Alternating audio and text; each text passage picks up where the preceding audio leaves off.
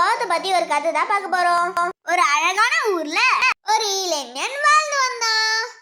அவனை சுத்தி இருக்கிற எல்லா சொந்தங்களிடமும் பயங்கர கோவப்படும் சுபாவம் உள்ளவன்.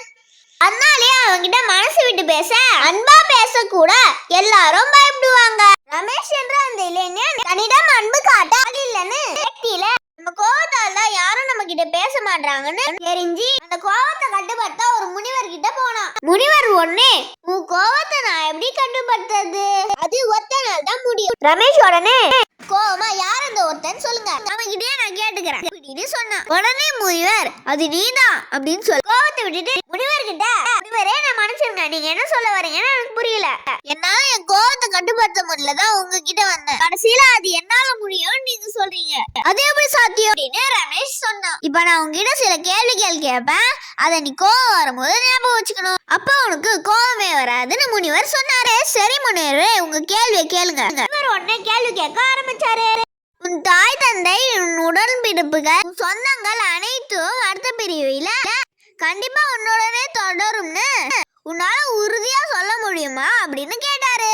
உடனே ரமேஷ், இல்ல முனிவரே, அது எப்படி சாத்தியம் என்று கேட்டான். முனிவர் உடனே, இப்ப உனக்கு 25 வயசு ஆகுது, இன்னும் நீ குறைஞ்சபட்சம் 50 ஆண்டுகள் உயிரோட நோய் இல்லாம வாழ்வன்னு உன்னால உறுதியா சொல்ல முடியுமா என்றார் முனிவர். அதற்கு ரமேஷ், அது எப்படி எனக்கு தெரியும் முனிவரே என்று பதில் அளிச்சான். சரி, குறைஞ்சபட்சம் நாளை நீ உயிரோட இருப்பன்னு உறுதியா உன்னால சொல்ல முடியுமா அப்படின்னு கேட்டாரு முனிவர்.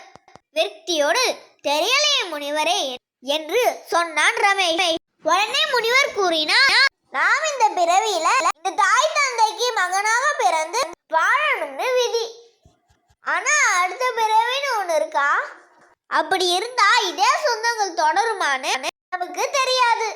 நிலையில்லாத இந்த வாழ்க்கையில எதுக்காக சுத்தி இருக்கிறவங்க கிட்ட நீ கோவப்பட்டு அவங்க மனசை நீ காயப்படுத்தி நாமும் வருத்தப்படுவது எதுக்குன்னு யோசிச்சாவே நீ கோவப்பட மாட்டேன். நாளை என்ன நடக்கும்னு தெரியாம தான் நம்ம ஒவ்வொரு நாளும் வாழறோம். இதுல இருக்கிற இந்த நிமிஷம் மட்டுமே நிஜம்.